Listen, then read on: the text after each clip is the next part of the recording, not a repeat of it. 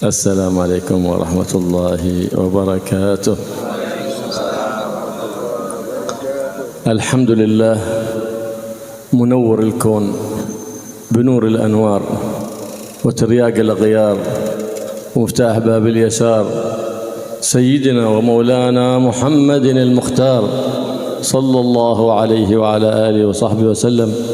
فالله يوصل قلوبنا بهذا النبي العظيم ويجعل لنا نور ممتد إلى هذا النور المبين. الله يجعل في قلوبنا نور وفي سمعنا نور وفي بصرنا نور، وينور البصر والبصيرة ويجعل البصيرة منيرة بجاه النبي محمد صلى الله عليه وعلى آله وصحبه وسلم، ويعمر المكان بالمكين والمنزل بالنزيل، وتبقى معالم الصالحين معمورة بأهلها معنى وصورة يا رب العالمين.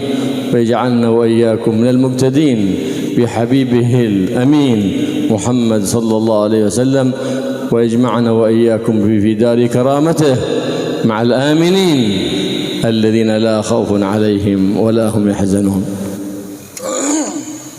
Segala puji bagi Allah Subhanahu wa taala. Beliau adalah Al-Habib Abdullah bin Abdurrahman Al-Muhdar. Beliau dari kota Tarim. Insyaallah antum sudah tahu ya sebagian ya. Dari kota Tarim, asli dari Tarim.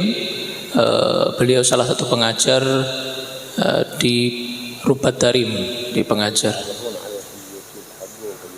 Beliau punya YouTube, punya Instagram, namanya Al-Mihdar Tarim, Al-Mihdar Tarim.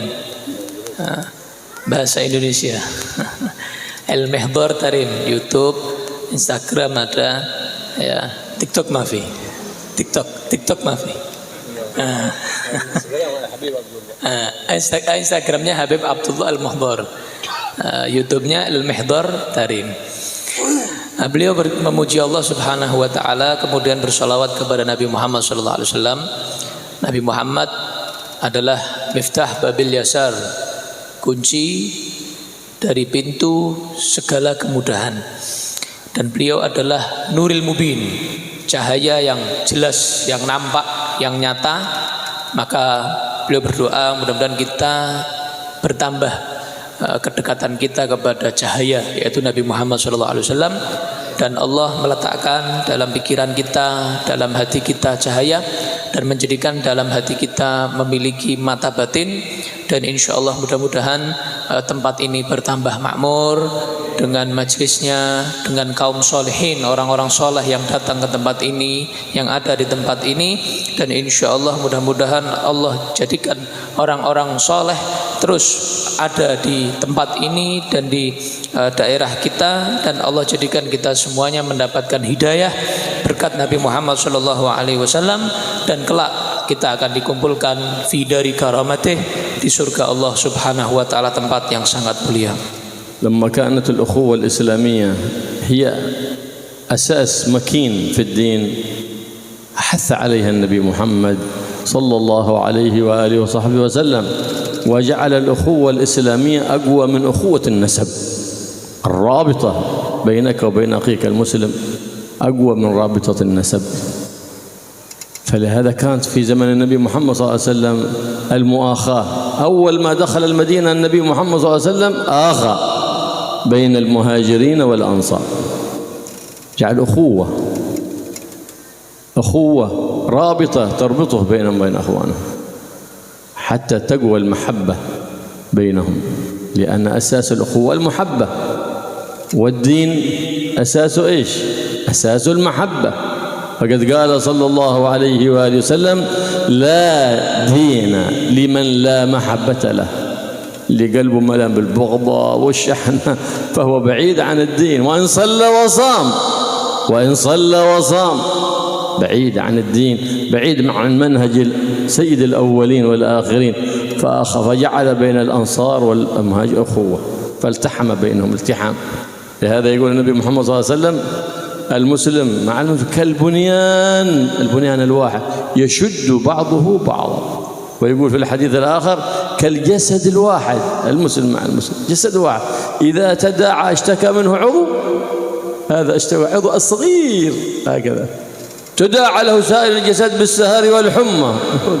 شوف الألم هنا، شوف ألم هنا، شوكة هنا، احترق هذا، كل الجسم يتألم لأجل هذا. هكذا المسلم مع المسلم. Daripada ukhuwah secara nasab. Jadi saudara sama agama Islam itu hubungannya lebih erat, lebih kuat daripada hubungan nasab. Itu diajarkan oleh Nabi Muhammad SAW. Sehingga apa?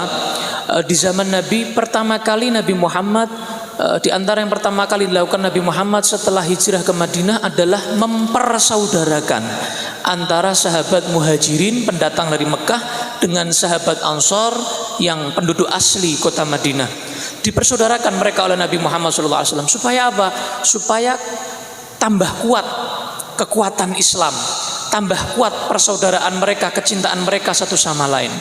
Karena pondasi dari agama Islam adalah mahabbah, adalah kecintaan. Kalau nggak ada cinta, roboh agama kita.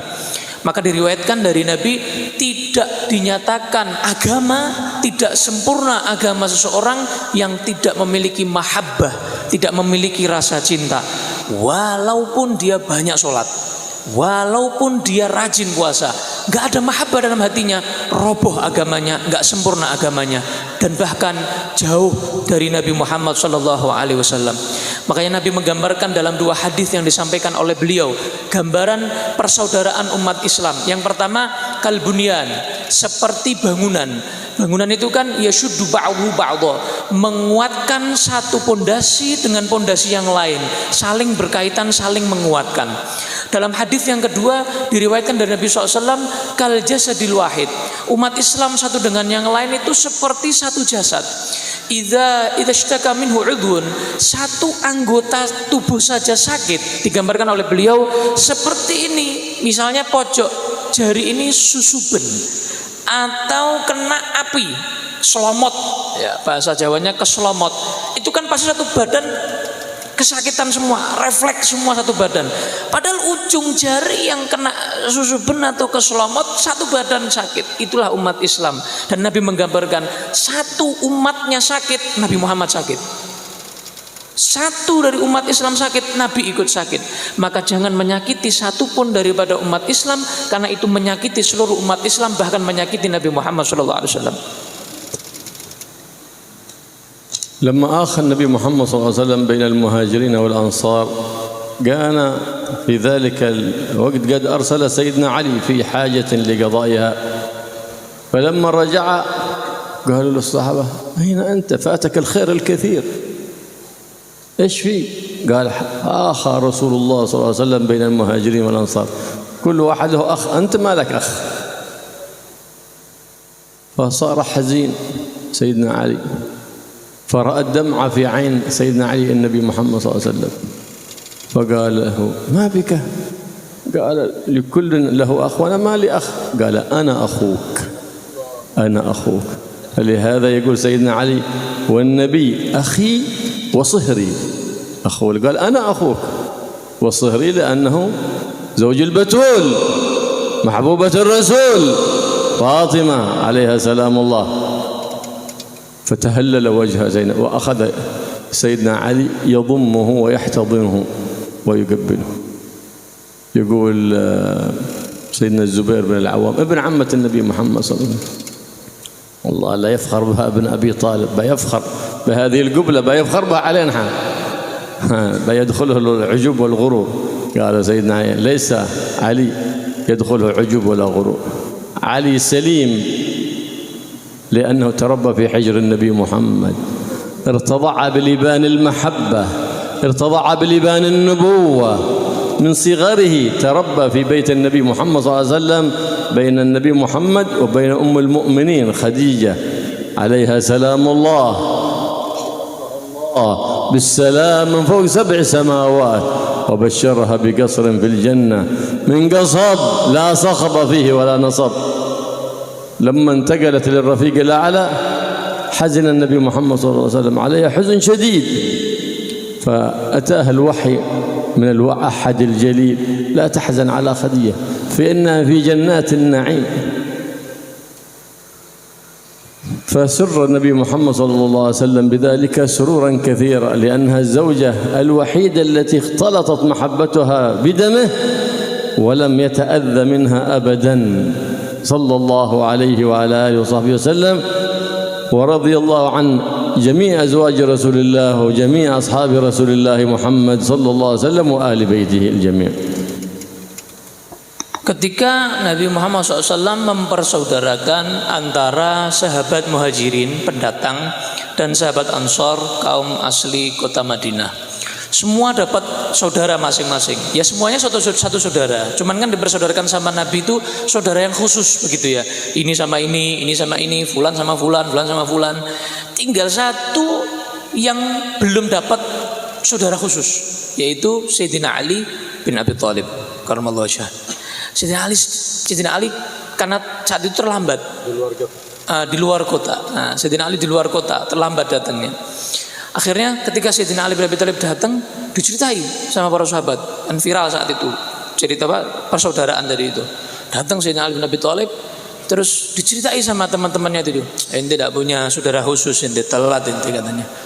Sedih Sayyidina Ali bin Abi Thalib. Ya Allah, Nabi Muhammad nangis Sayyidina Ali. Terus Nabi Muhammad lihat, kenapa engkau nangis wahai Ali? Ini engkau semuanya sudah engkau persaudarakan dengan saudara yang khusus wahai Nabi. Terus saya sama siapa? Anak aku. Kamu sama saya, katanya Nabi. Saya saudara khusus kamu. Akhirnya para sahabat malah iri begitu ya. Wah, ini saudara khususnya langsung ini Nabi Muhammad Shallallahu Alaihi Wasallam. Makanya Sayyidina Ali bin Abi Thalib beliau bangga, beliau menyatakan Nabi Muhammad itu akhi, saudara khusus saya, dan wasihri, dan saya menantunya. Bukan cuma saya menantunya beliau, saya saudara khusus yang dipersaudarakan saat itu di Madinah oleh Nabi Muhammad SAW. Akhirnya berpelukan Nabi dengan Sayyidina Ali dan dicium Sayyidina Ali bin Abi Thalib. Sampai ada salah seorang sahabat namanya Zubair bin Awam. Beliau menyatakan, wah ini bisa bangga diri Ali ini kemuliaan yang luar biasa. Sayyidina Ali langsung jawab begini, Ali bin Abi Thalib tidak masuk dalam dirinya ujub, tidak masuk dalam dirinya gurur, tertipu dengan kenikmatan, tertipu dengan suatu apapun walaupun yang tinggi. Ali bin Abi Thalib enggak kayak gitu orangnya alaihissalam. Kemudian bagaimana enggak dapat kemuliaan seperti itu Sayyidina Ali bin Abi Thalib? Dia dididik langsung dari kecil oleh Nabi Muhammad SAW, tinggal di rumah Siti Khadijah, yang mana Siti Khadijah adalah istri tercinta Nabi Muhammad SAW. Yang mana Nabi Muhammad ketika mau wafatnya Siti Khadijah sangat sedih yang luar biasa, Nabi Muhammad SAW, sampai malaikat Jibril diutus oleh Allah Subhanahu Wa Taala datang ketika Siti Khadijah mau wafat, yaitu Allah kirim salam ya, dan juga anak malaikat Jibril kirim salam, dan dijawab salamnya oleh Siti Khadijah, dan diberikan kabar gembira sebelum beliau wafat mendapatkan satu istana khusus yang sangat istimewa ada di surga sebelum wafatnya Siti Khadijah. Dan Siti Khadijah adalah satu-satunya istri yang Nabi Muhammad tidak pernah terganggu sama sekali, tidak pernah ada problem rumah tangga sama sekali dengan Siti Khadijah. Tapi dan semoga Allah meridhai semua istri-istri Nabi Muhammad SAW dan seluruh sahabat Nabi Muhammad SAW. Nabi Muhammad SAW ahabba ummatahu akthar mimma habbat ummati lahu. فلهذا كان وهو في سكرات الموت يقول لمولاه حزين على إيش وهو يبكي يقول أمتي أمتي. فهو على هذا الحال ما قال نفسي نفسي حتى جاء الوحي من الأحد الجليل سبحانه وتعالى على لسان الملك جبريل يقول إن المولى سبحانه والجليل يقرئك السلام ويقول لك إنا لن نخزيك في أمتك. فقال الآن طبت النقلة إلى الرفيق الأعلى صلى الله عليه وعلى آله وصحبه وسلم. بشر أمته بالجنة فقال كلكم في الجنة ما حد في النار أبدا إلا من أبى. اللي واحد يقول أنا ما بغيت الجنة وعلى نفسه. أقول تفضل silakan. قال لا ما بغيت الجنة. مونغو قال ما بغيت الجنة. هذا هو. هم كلكم في الجنة يا أمتي كلكم في الجنة.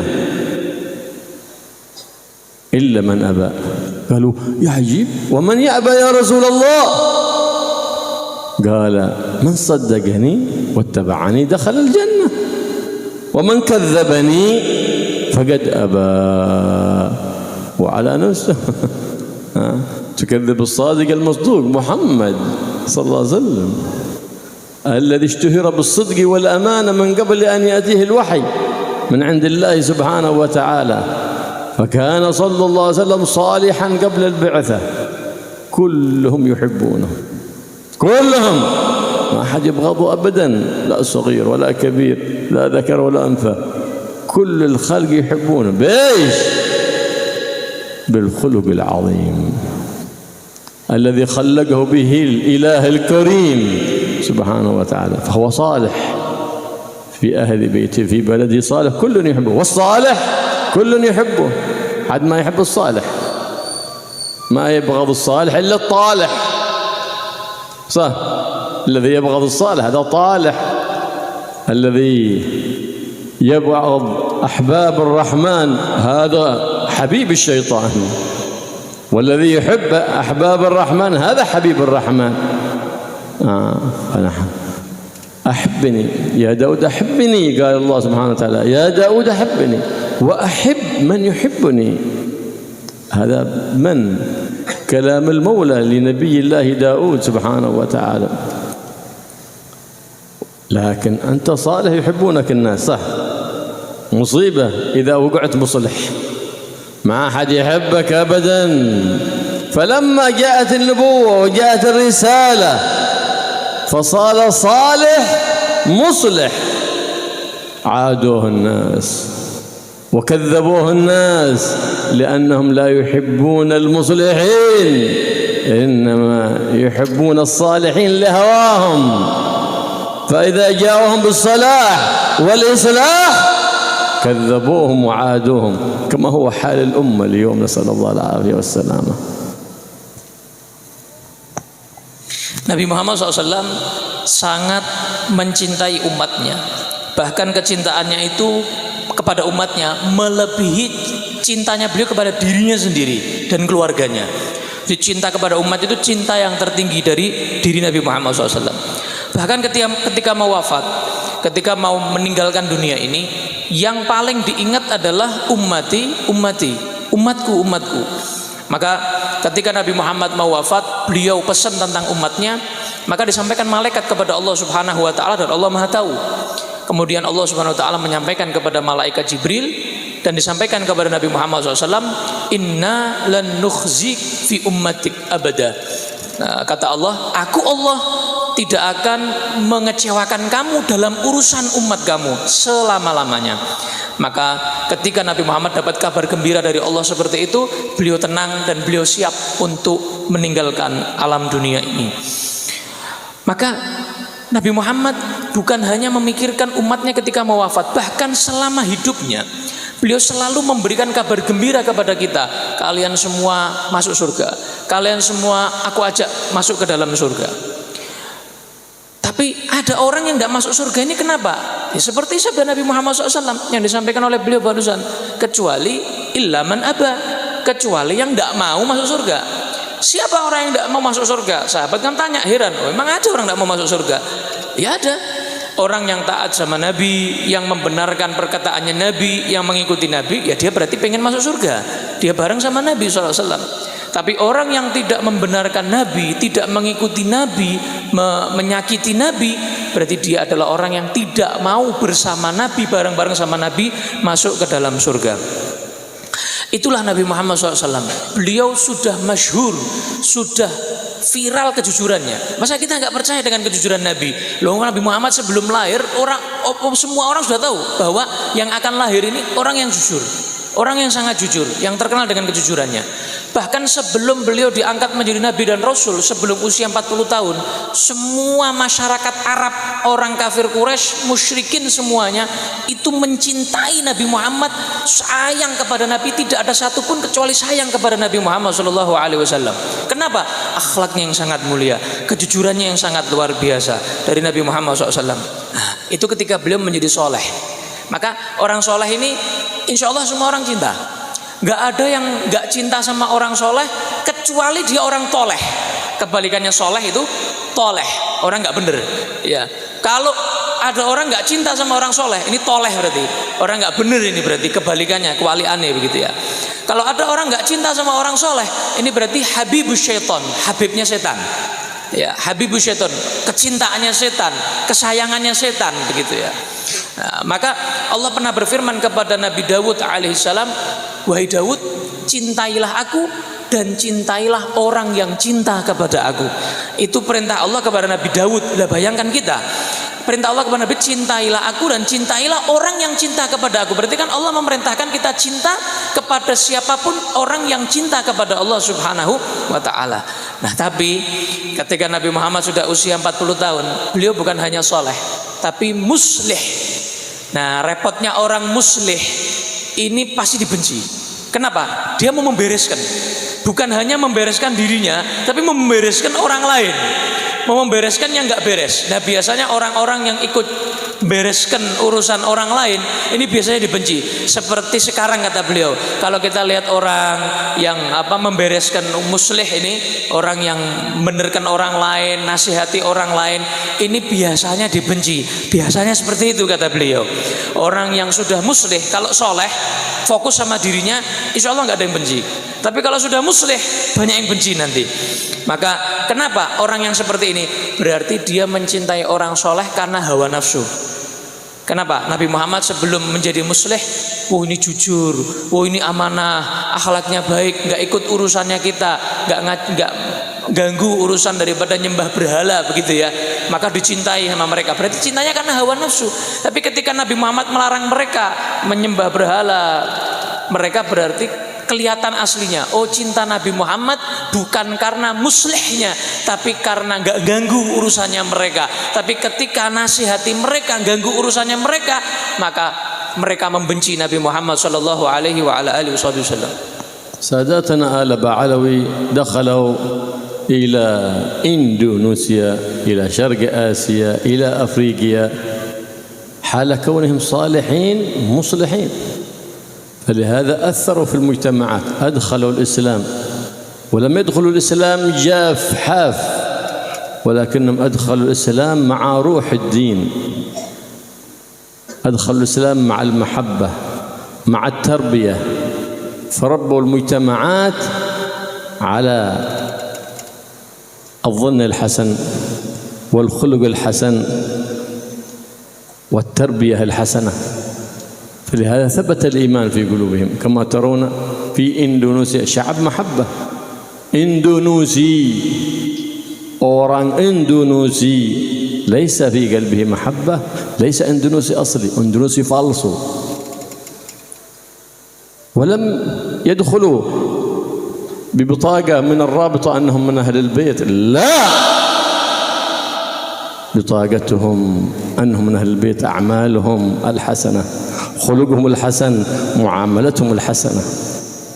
لكن للأسف اليوم الإنسان يفرح ببطاقة ورقة تجعلك سيد، ورقة ما تجعلك سيد، أخلاقك تجعلك سيد من أهل البيت، معاملتك الحسنة تجعلك سيد من أهل البيت.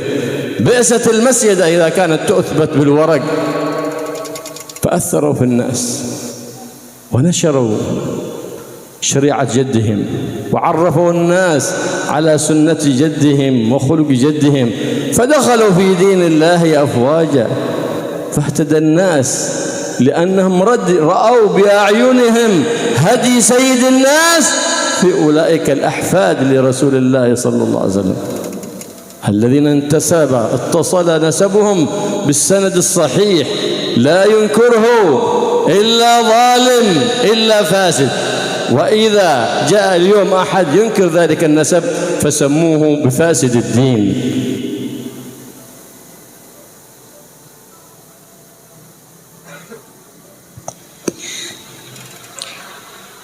Para sadah al-Ba'alawi, Puterjim dulu. Marhaba, marhaba. Keluarga Ba'alawi, sadah Ba'alawi, awal-awal masuk ke Indonesia, awal-awal masuk ke Indonesia, mereka itu masuk bukan hanya mereka soleh, orang yang soleh, tapi mereka juga muslih. Mereka berdakwah ada di Indonesia ini. Mereka nggak minta-minta, mereka bukan yang nggak seperti yang dibayangkan, tapi mereka itu berdakwah ya, masuk ke dalam Indonesia ini. Mereka saleh dan muslih. Mereka masuk ke Indonesia membawa ruhnya agama. Mereka masuk ke Indonesia membawa mahabbah, cinta. Mereka masuk ke Indonesia membawa akhlak. Mereka masuk ke Indonesia membawa tarbiyah, pendidikan dari kakek-kakek mereka. Maka akhirnya Masya Allah luar biasa, banyak sekali yang tersentuh dengan dakwahnya mereka. Mereka bukan hanya ke Indonesia, ke India, mereka ke Afrika, mereka ke banyak penjuru dunia. Mereka hijrah ke sana, mereka berdakwah, sehingga teguh keimanan orang-orang yang didakwai oleh mereka. Apalagi di Indonesia, kata beliau, orang Indonesia asli adalah orang Indonesia yang kecintaannya penuh di dalam hatinya. Indonesia itu orang Indonesia asli ya. Karena orang Indonesia itu saya lihat Masya Allah, kecintaan mahabbah dalam hatinya itu luar biasa. Lah kalau misalnya kata beliau ada orang Indonesia kok hatinya enggak penuh dengan kecintaan, itu orang Indonesia palsu gitu ya. Kata beliau seperti itu, kata beliau. Dan mereka para Sadah Al-Ba'alawi, mereka datang ke Indonesia dulu nggak ada kartu nasab, nggak ada buku nasab. Ini saya cucunya Nabi, nggak ada. Saya cucunya Nabi, nggak ada. Mereka datang ke sini dakwah, nggak bawa kartu, nggak bawa buku nasab. Mereka dakwah dengan ilmunya mereka, amalnya mereka, istiqomahnya mereka, muamalahnya mereka, khuluknya mereka, akhlaknya mereka ya. Sehingga apa? Mereka bisa luar biasa dakwahnya ada di seluruh penjuru dunia. Jadi mereka nggak bangga-banggaan dengan kartu, dengan nasab, saya fulan, nggak bangga-banggaan gitu. Mereka fokus menyebarkan syariat kakek mereka, baginda Nabi Muhammad SAW. Jadi sambungan nasabnya itu ya bukan hanya dari nasabnya, tapi juga dari amalnya, dari perilakunya, itu nyambung sampai ke kakek-kakek mereka, sampai ke Nabi Muhammad SAW.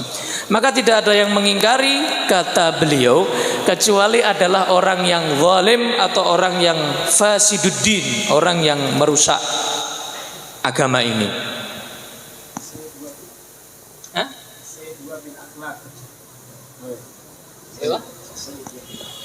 Iya, sayyid itu dengan akhlak, dengan adabnya, dengan muamalah yang baik ya, itu baru sayyid, sayyid Jawa, sayyid sah.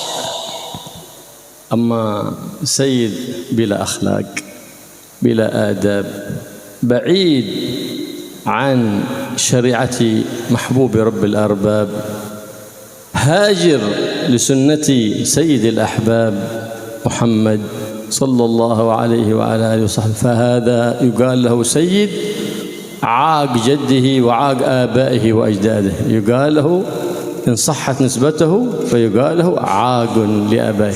سيد خالف عقيدة أهله وأجداده يقال له عاق لأهله وأجداده.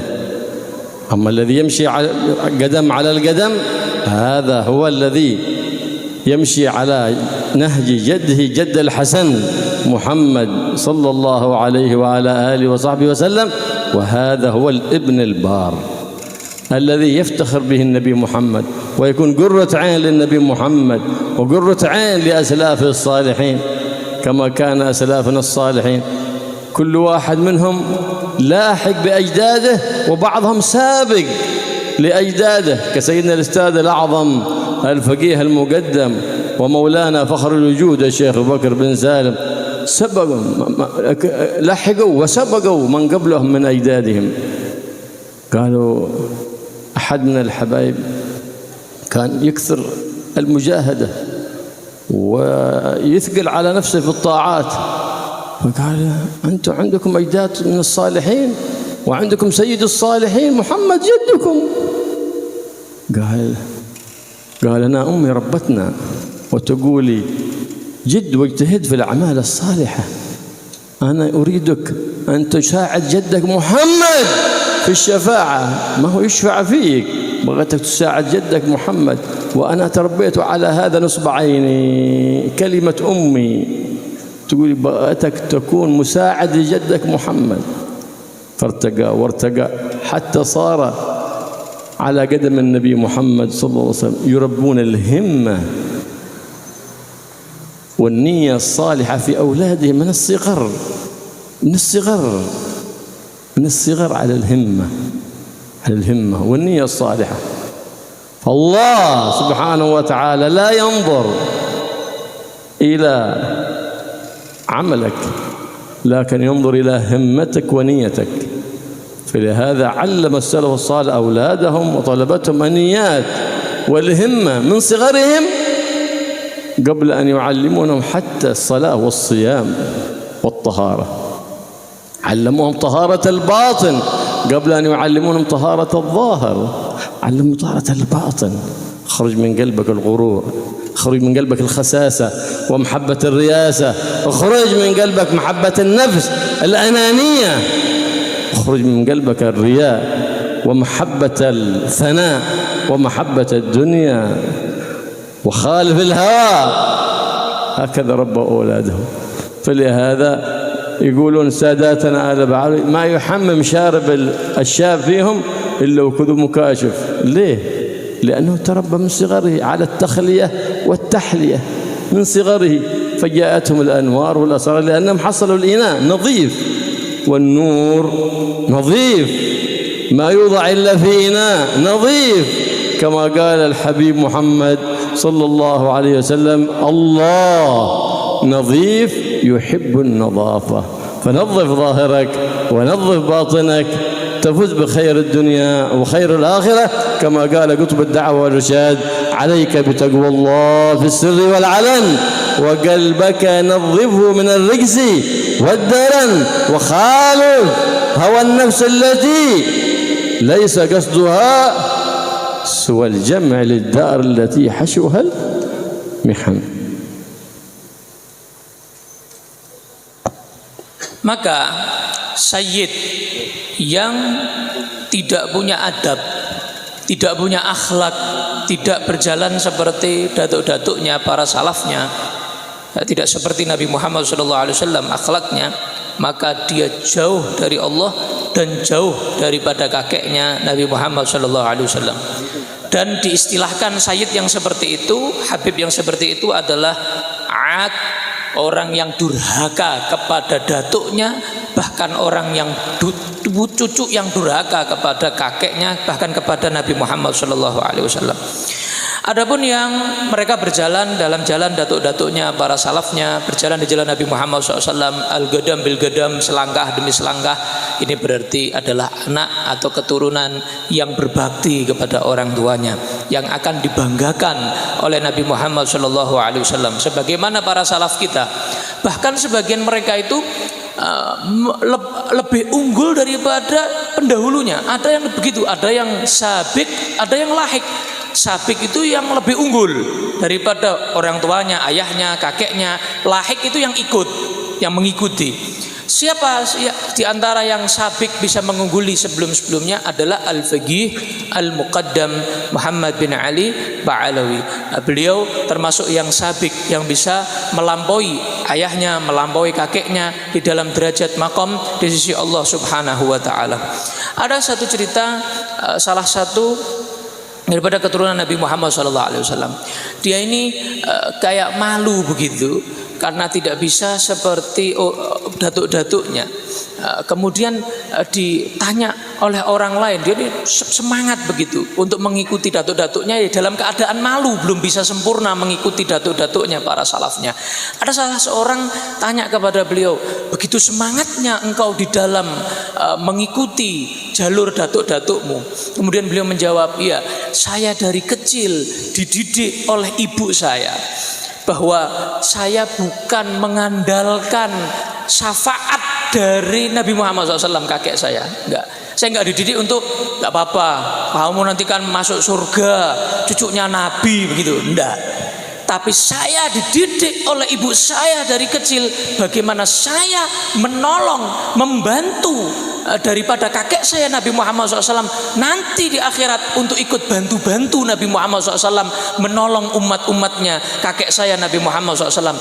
Itu adalah semangat saya dari ibu saya, pendidikan daripada ibu saya, sampai beliau jadi seorang wali, seorang yang luar biasa di sisi Allah Subhanahu wa taala. Nah, ini pendidikan daripada para salafus saleh seperti ini.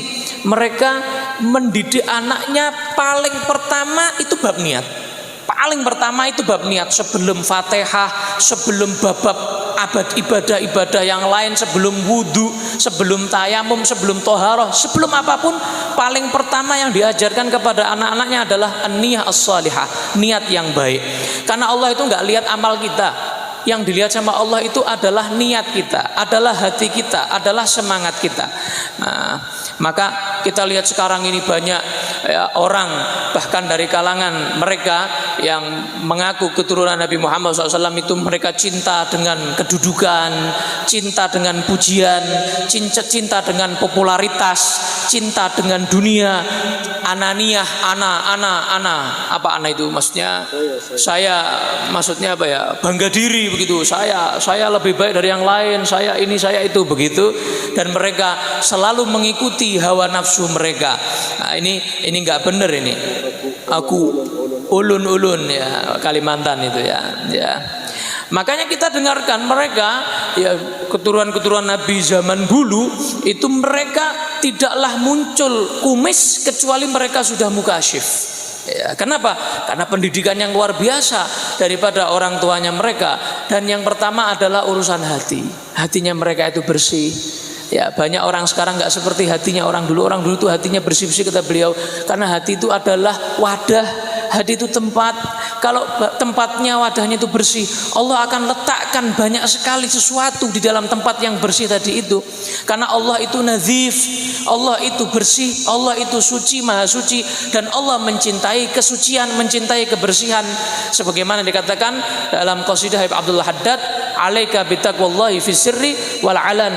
Hendaknya kamu bertakwa kepada Allah dalam keadaan ramai atau dalam keadaan sendiri. Wa qalbaka nadzifhu minar rijzi wad daran, dan bersihkan hati kamu daripada kotoran, daripada semua najis-najis, bersihkan hati kamu daripada itu. Wa qalbana nadhim min az-zubaran wa khalif hawa nafsi allati laisa qasduha, dan jauhi lawan nafsu yang bukan tujuan Allah untuk menciptakan, bukan ajaran dari Muhammad SAW. Lawan itu semuanya. Siwal jam'i alladhi liddaril ladzi hashuhal mihan, ya, selain untuk menuju siwal jam'i والجمع للدار التي حشوها يعني الدنيا ya. Jadi tujuannya adalah akhirat, jauhi daripada dunia yang penuh dengan mihan, penuh dengan cobaan, penuh dengan ujian. Jauhi dunia ini, urusan dunia ini, dekati akhirat, bersihkan hati kita. Itu nasihat daripada Al-Habib Abdullah Haddad dalam qasidahnya Alaika bitaqwallah. في هذا الزمان ابتعدنا عن أساس الإيمان وأساس الإسلام وهي المحبة. ليه؟ لأن محبة الدنيا غرست في القلوب، فلهذا تجد سيدنا أهل البيت ما يحب سيدنا أهل البيت. فإذا ارتفعت المحبة بين أهل البيت ترتفع من غيرهم من باب أولى. فإذا ارتفعت المحبة من بين المسلمين ارتفعت الأخوة الإسلامية. فلهذا اليوم تسمع في الأخبار كم من مظلوم من المسلمين يهان ويقتل ويؤذى ولا أحد، بل لا زال أهل اللهو في لهوهم والرقص في رقصهم، ولا كأن هناك حد يهان من المسلمين. أين الأخوة الإسلامية؟ بل لا زالت هناك منتجات تباع في الأسواق من شركات صرحت أنها تعين النظام الظالم الذي يؤذي المسلمين، ولا زال الناس يشترون تلك البضاعات، وما يدري المسكين أنه يساهم في تلك الأذيات ولو بريال ولو بدرهم ولو بربية، تساهم أنت. النبي محمد صلى الله عليه وسلم قال لا، واحد في المغرب وواحد في المشرق، واحد قتل واحد في المغرب، والذي في المشرق شريك. ليه؟ لأنه ارتضى ذلك الظلم. فقال لو قال أحد ولو بشطر كلمة فهو شريك له. واحد قال أق والثاني قال تل، شريك له ولو بشطر كلمة، ولو بشطر ربية، ولو بشطر ريال. فاحذروا من هذا المنوال، فإن أقل ما كان نعين إخواننا، أقل ما كان نعين إخواننا بقطع هذه المنتجات حتى نسبب لهم خسارات، لأنها كثير من أرباح تلك المنتجات التي صرحت شركاتها بأنها تعين ذلك النظام الظالم تذهب في أذية إخواننا المسلمين. فلا بد نعادي تلك الأذية.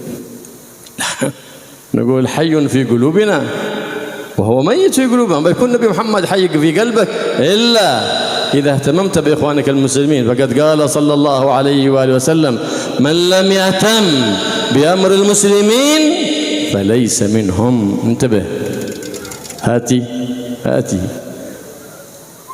من لم يهتم بأمر المسلمين فليس منهم. هذا أقل ما شيء. ما قدرت تساعدهم بالأموال ولا بالأحوال ولا باللسان، فأقل شيء تساعدهم بمحو هذا على أقل الدرجات. نساعدهم بالدعاء ونجتمع للدعاء لندعو لإخواننا المستضعفين في أي مكان في الدنيا الذين وقعوا في الظلم والأذية. هذا ما نستطيع. هذا بدل ما ننشر الأولاد والشباب في الشوارع وتحت السفارات يصيحون بالصياحات العاليات، خدعنا الشيطان. بدل هذا كله نقول لهم ساعة قبل الفجر نجتمع فندعو بقلب واحد، فينظر لنا الواحد ويستجيب لنا الواحد الأحد ببركة الواحد محمد صلى الله عليه وآله. أما نستطيع؟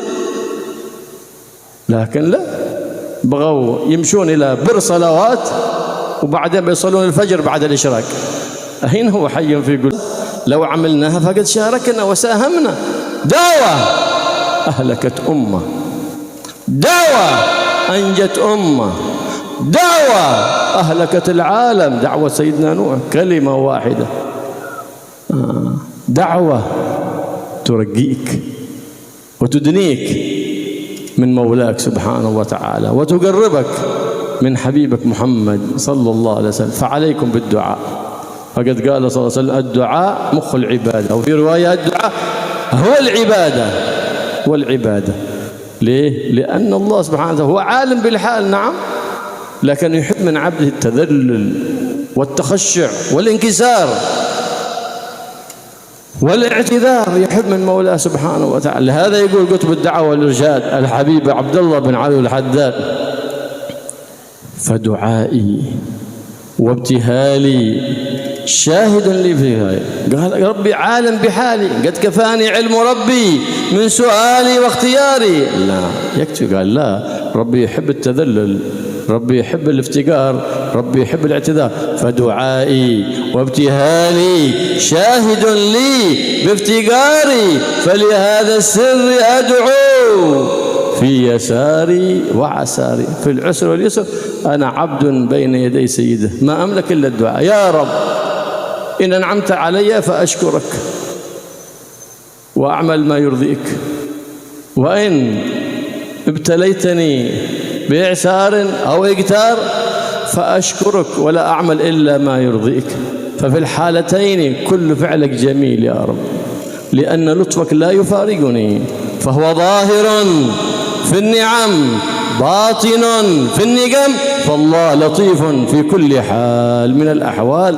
فما معك إلا أن تحصن ظنك بالإله ذو الجلال القائل: أنا عند ظن عبدي بي فليظن بي ما شاء. فحسن ظنونك بالمولى سبحانه وتعالى تفوز بخير الدنيا وخير الآخرة. فالله يرزقنا وإياكم كمال حسن الظن بالله، وكمال حسن الظن بحبيب الله ومصطفى محمد بن عبد الله صلى الله عليه وآله وصحبه وسلم، وحسن الظن بعباده الصالحين وبجميع المؤمنين يا رب العالمين، واجعلنا وإياكم مفاتيح لكل باب من أبواب الخير، مغاليق لكل باب من أبواب الشر، ويقرب منا الأخيار ويبعد عنا وإياكم عنكم المضار، ويحفظ إخواننا المجاهدين حيثما كانوا وأينما كانوا، وينصرهم على أعدائهم أعداء الدين، وينصرهم نصرا عزيزا مؤزرا، ويطفي نيران الفتن ما ظهر منها وبطن، ويصلح هذه البلاد وسائر بلاده، ويحفظها من الفتن الظاهرة والباطنة يا رب العالمين، ويطيل الأعمار في طاعة الله وطاعة حبيب الله ومصطفاه، ويوفقنا وإياكم لتربية أولادنا على الخلق الحسن، على منهج جد الحسن محمد صلى الله عليه وعلى آله وصحبه وسلم، والحمد لله رب العالمين. Kita menjauh. Kenapa sebabnya banyak sekarang itu putus hubungan, saling menjauh? Ya karena kita jauh dari pondasinya agama tadi itu, ruhnya agama, yaitu adalah al-mahabbah, kecintaan ya. Bahkan ahlul bait satu dengan ahlul bait yang lain benci. Ahlul bait satu dengan ahlul bait yang lain nggak saling mendukung. Ahlul baitnya aja nggak bisa bersatu, apalagi dengan yang lain. Contoh yang paling besar, kita melihat saudara kita di Palestina, banyak sekali yang terzalimi, bukan hanya di Palestina, di daerah-daerah. Tidak ada satupun ya sebagian dari kita itu, dari umat Islam itu nggak ada rasa bagaimana begitu. Tetap mereka yang joget-joget, tetap yang maksiat-maksiat, dan mereka membeli merek-merek yang jelas-jelas merek tadi itu mendukung ya Zionis gitu ya, mendukung Zionis yang memerangi daripada Palestina. Kita kalau beli mereknya mereka kan berarti kan kita ikut andil untuk menghancurkan atau membunuh saudara-saudara kita yang ada di sana. Bahkan Nabi SAW menjelaskan ada satu orang di Masyrik, satu orang di Maghrib, di Maroko misalnya, satu orang lagi di Masyrik, jadi satu di barat, satu di timur. Sabang Merauke, Sabang Merauke, satu di Sabang, satu di Merauke. Ada orang dibunuh di Sabang, ya ini orang di Merauke, itu bisa dapat dosanya orang yang bunuh di Sabang. Kenapa? Karena hanya setuju dengan pembunuhan dengan cara yang nggak benar itu, pembunuhan itu dia dapat dosanya, padahal dia di Merauke, jauh jaraknya dengan Sabang. Bahkan kata Nabi, walaupun bisyatri kalimah, sepotong kalimat, misalnya hanya memberi syarat, kalau bahasa Arabnya membunuh kan uktul, dia hanya gitu. Orangnya sudah paham untuk membunuh, terus dibunuh gara-gara dia ngomong uk. Yang satunya ngomong tul, satu ngomong uk, satu ngomong tul. Dua-duanya sama-sama dapat dosanya pembunuhan tadi itu, walaupun nggak ikut membunuh. Kenapa? Karena Nabi bilang walaupun dengan sebagian kalimat. Nah bayangkan sebagian rupiah kamu masuk ke Zionis, sebagian uang kamu, harta kamu masuk ke Zionis. Harusnya kan paling minimal rasa peduli kita, persaudaraan kita dengan yang jauh ada di Palestina sana kan paling tidak kita memboikot produk-produk yang justru kalau kita boikot itu membuat mereka rugi. Akhirnya mereka rugi, ya omsetnya turun, mereka nggak bisa lagi lanjut untuk mendolimi saudara kita yang ada di Palestina sana tadi itu. Ya, kita hanya bikin jargon Nabi hayyun fi qulubina, Nabi hidup di hati kita. Mana hidup kata beliau? Kalau hidup ya kita peduli, kan begitu. Kalau Nabi hidup dalam hati kita ya kita peduli. Lah ini enggak ngomong hayun Nabi hidup, nggak taunya Nabi mati dalam hatinya, nggak ada di dalam hatinya Nabi Muhammad SAW. Karena Nabi bersabda, ya malam yahtam bi amril muslimin falaysa minhum. Siapa orang yang tidak peduli dengan urusan umat Islam, berarti bukan umat Islam itu, nggak termasuk tergolong umat Islam itu. Paling minimal lagi diantaranya adalah doa. Doakan mereka. Jangan kita nggak doa, cuman kumpul di jalan pakai bendera Palestina, tapi malam nggak tahajud doakan. Tapi kalau sholat nggak doakan. Tapi kalau kumpul bersolawat, misalnya Petrek bersolawat atau Semarang bersolawat misalnya, atau apalah bersolawat kata beliau pokoknya. Tapi bersolawat pulang nggak sholat subuh, nggak doakan Palestina, nggak doakan saudaranya. Lah dari mana Allah mau menurunkan pertolongan? Kalau cuma kita jargonnya begitu aja. Paling tidak kita itu mendoakan mereka bareng-bareng. Ayo kumpul, kita kumpul yuk. Subuh bareng kita doakan mereka, sebelum subuh atau sebelum subuh kita kumpul bareng doakan mereka. Doa itu luar biasa. Apalagi kalau bareng-bareng kumpul ada sembelihan yang disembelih di situ, kambing atau apa makanan di situ disembelih untuk apa? Biniyatil faraj anil muslimin, dengan niat supaya Allah menolong umat Islam dimanapun mereka berada. Kata beliau, ada kadang hanya satu doa yang kita panjatkan, sebab satu doa itu Allah kok mengabulkan banyak pertolongan Allah Subhanahu wa ta'ala. Jangan remehkan satu doa, apalagi doanya orang banyak. Kadang dari satu doa yang kita anggap doa tadi itu mungkin kita nggak serius, tapi dari doa itu Allah mengangkat derajat kita di sisi Allah Subhanahu wa ta'ala.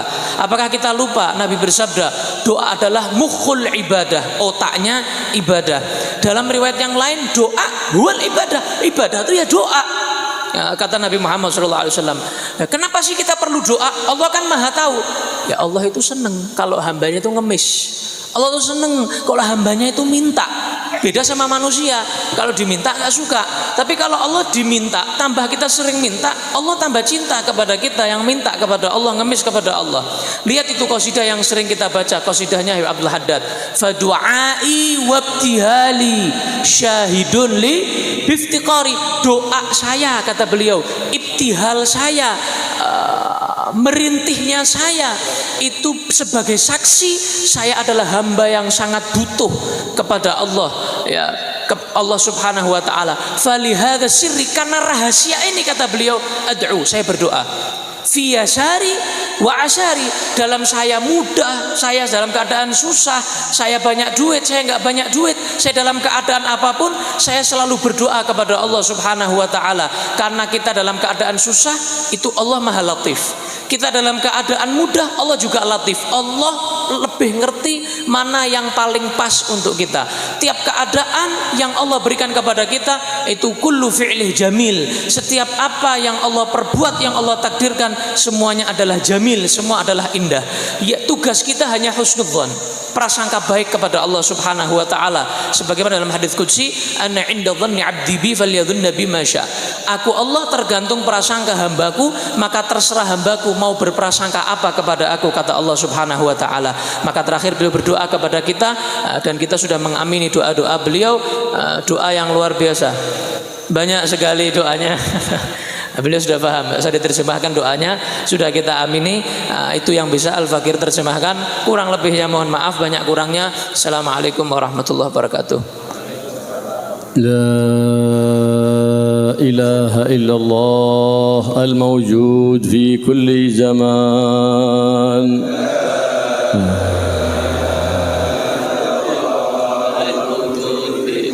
La ilaha illallah al-ma'bud fi kulli makan.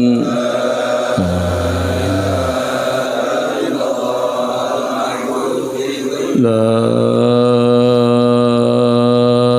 ilaha illallah al-madhkur bi kulli lisan.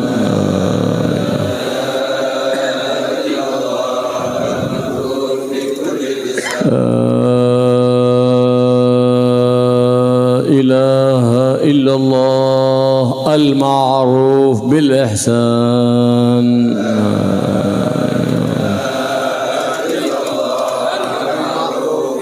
La ilaha illallah kulla yawmin huwa fi shan.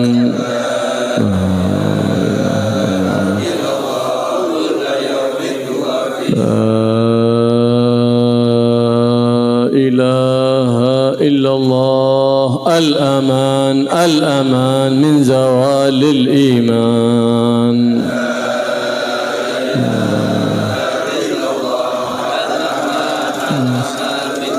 Wa min fitnati syaitan ya qadim al-ihsan kam laka alayna min ihsan. إحسانك القديم يا حنان يا منان يا رحيم يا رحمن يا غفور يا غفار اغفر لنا وارحمنا وأنت خير الراحمين. وصلى الله تعالى على سيدنا محمد وعلى آله وصحبه وسلم، والحمد لله رب العالمين. اللهم اهدنا فيمن هديت وعافنا فيمن عافيت وتولنا فيمن توليت وبارك لنا فيما أعطيت وقنا شر ما قضيت، فإنك تقضي ولا يقضى عليك، وإنه لا يذل من واليت ولا يعز من عاديت، تباركت ربنا وتعاليت، فلك الحمد على ما قضيت. نستغفرك ونتوب إليك. اللهم احفظنا وانصرنا واسترنا والطف بنا والمسلمين. اللهم كنا وإياهم جميعا شر مصائب الدنيا والدين، وإذ والرحمة ولا تجعلنا من القانطين. صرنا وانصر بنا وانصر سائر بلاد الإسلام والمسلمين. اللهم اصلحنا وأصلح بنا وأصلح من في صلاحه صلاحا للإسلام والمسلمين. اللهم لا تهلكنا وأهلك من في هلاكه صلاحا للإسلام والمسلمين. اللهم ارفع عنا البلاء والغلا والحمى والقحط والجور والظلم والأمراض والزوام والحروب والزلازل والفتن ما ظهر منها وما بطن، وانصر إخواننا المجاهدين حيثما كانوا على أعدائهم أعداء الدين يا رب العالمين، واكفنا شر المؤذيين من قريب أو بعيد برحمتك يا أرحم الراحمين. اللهم أصلحنا وأصلح بنا واجعلنا في الصالحين ومع الصالحين بجاه سيد الصالحين محمد الرؤوف الرحيم. وأصلح ذات بيننا وأصلح ذات بيننا وأصلح ذات بيننا وأصلحنا وأصلح بنا وحببنا للصالحين وخلقنا بأخلاق الصالحين، وأصلح آل بيت النبي محمد أجمعين، وفرج على المسلمين يا رحمن يا رحيم. ارحمنا وإياهم برحمة من عندك تغنينا بها عن من سواك، واجعلنا ممن اقتدى بحبيبك ومصطفاك سيدنا ومولانا محمد صلى الله عليه وعلى آله وصحبه وسلم، والحمد لله رب العالمين. بسر الفاتحة.